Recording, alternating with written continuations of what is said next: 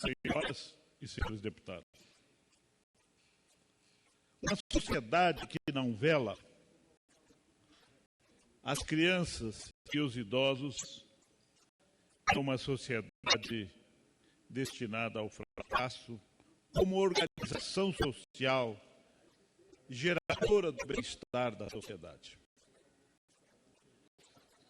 Nós entendemos, sobretudo, que é preciso resgatar a humanidade dos idosos e também das crianças para dar um tratamento digno àqueles que florescem para a vida e àqueles que estão no crepúsculo. Não há como frustrar a expectativa de vida, deixando ao cruel abandono os idosos. Sobretudo, aqui, o deputado Onofre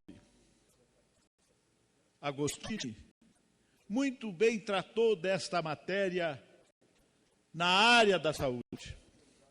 Exatamente, os idosos precisam mais do que nunca do serviço de saúde. E as crianças, por sua vez,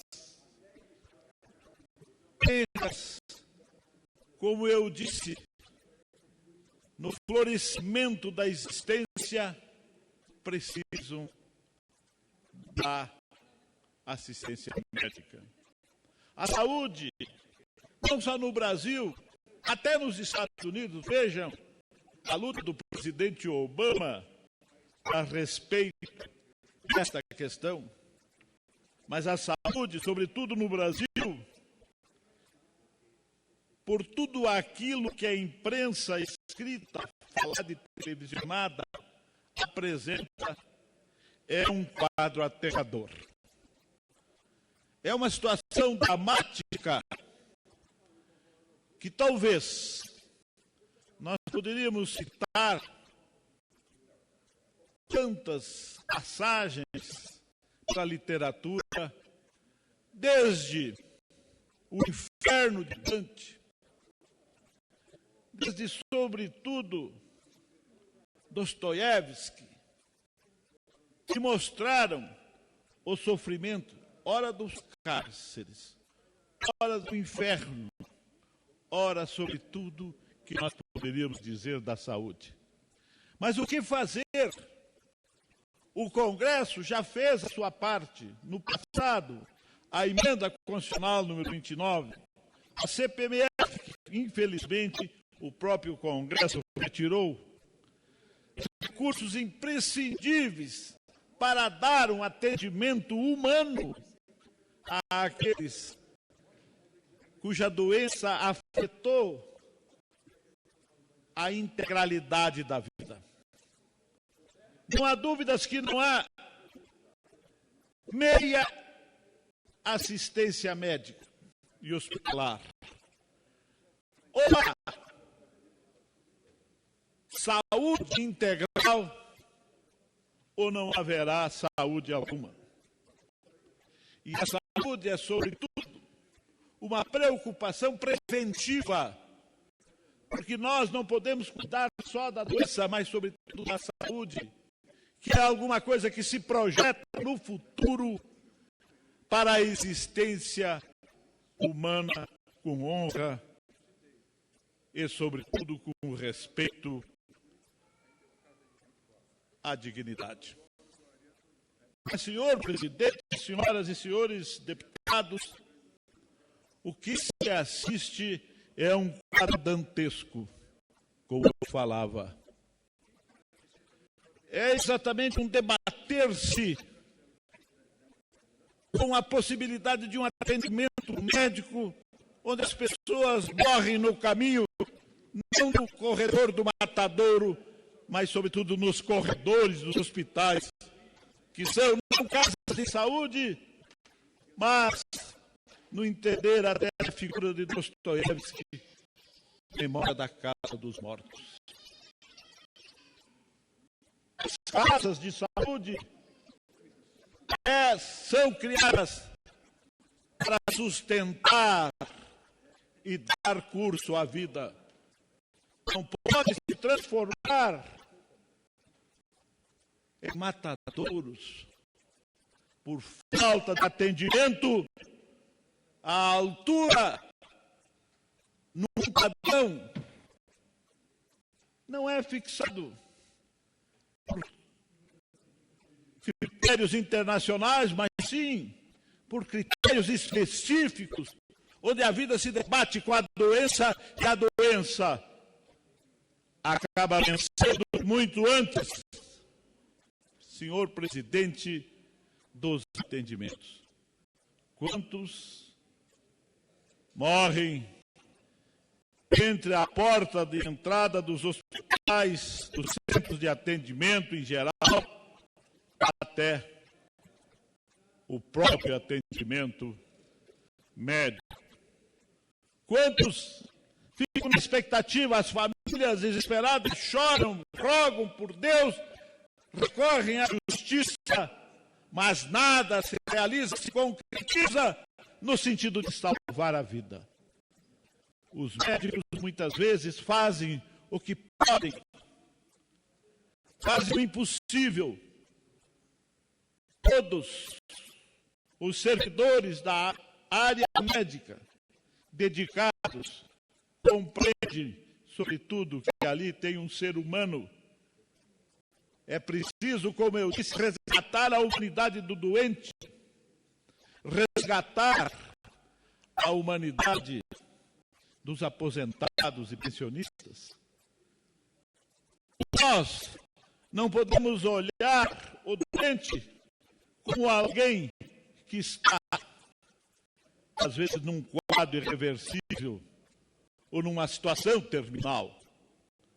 Temos que ver que a pessoa humana precisa do apoio de toda a estrutura de saúde para sobreviver. Às vezes, uma circunstância imponderável, minúscula, que leva a pessoa humana para a caminhada final do crepúsculo. Quero, neste momento, senhor presidente, fazer um apelo a todos os governos, seja da área federal, estadual ou municipal. Ninguém pode fugir. Nós sabemos que esta responsabilidade é tripartite, mas nós não podemos aqui dizer que a culpa foi do município, do Estado ou da União. Todos, como sociedade, somos responsáveis. E os recursos da saúde são sagrados. Tive a oportunidade de apurar na comissão de inquérito parlamentar, como relator, o desvio de recursos na área da saúde, os chamados sanguessugas. E lá, pude ver como de forma vil e brutal se desviavam recursos que eram vitais para a sobrevivência das pessoas. E agora, senhor presidente, é difícil defender a vida só com palavras, sobretudo quando é isso que se vê, lembrando a Paulo Melo Neto. Muito mais tétrica, brutal, desumana a situação de saúde do que poderíamos admitir como sociedade civilizada em processo de desenvolvimento, sobretudo uma economia que desfruta os primeiros postos no cenário internacional. Temos que realmente vigiar pela correta aplicação dos recursos da saúde e, de resto, de todo o dinheiro público.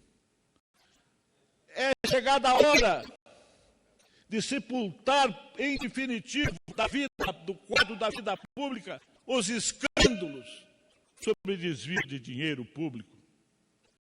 É preciso se conscientizar que o povo quer serviços de qualidade na infraestrutura, na educação, mas, sobretudo, na saúde. A saúde não pode ser postergada. Não se pode esperar. Quem está doente tem pressa, senhor presidente. Tem urgência. E é por isso que aqui quero deixar claro a necessidade de se desenvolver na nação um senso de responsabilidade e de respeito ao ser humano. E, sobremodo, na área da saúde, é preciso ter uma consciência qualificada no sentido de entender com todos os princípios do humanismo, da grandeza do homem. E Michelangelo, na Capela Sistina, o pintou o dedo quase tocando Deus, não se sabendo se ali quis o artista deificar o homem ou humanizar Deus. E para essa dimensão maior filosófica que eu tenho da humanidade, sobretudo do homem, é que eu quero dizer nesta tarde, não apenas em denúncia, mas numa invocação a princípios onde nós possamos realmente dar ao cidadão os direitos consagrados na Constituição, já que a saúde ali, como direito de todos, concluirei, senhor presidente, nós não podemos deixar na letra morta da lei ações concretas, porque saúde é, sobretudo, o direito à assistência médica hospitalar e ao remédio àqueles que não têm condições de adquiri-los. Saúde é devolver ao cidadão a integralidade das possibilidades humanas de ir e vir, de fazer, de construir, de pensar, de criar, de fazer o meu Brasil melhor. Muito obrigado, senhor presidente.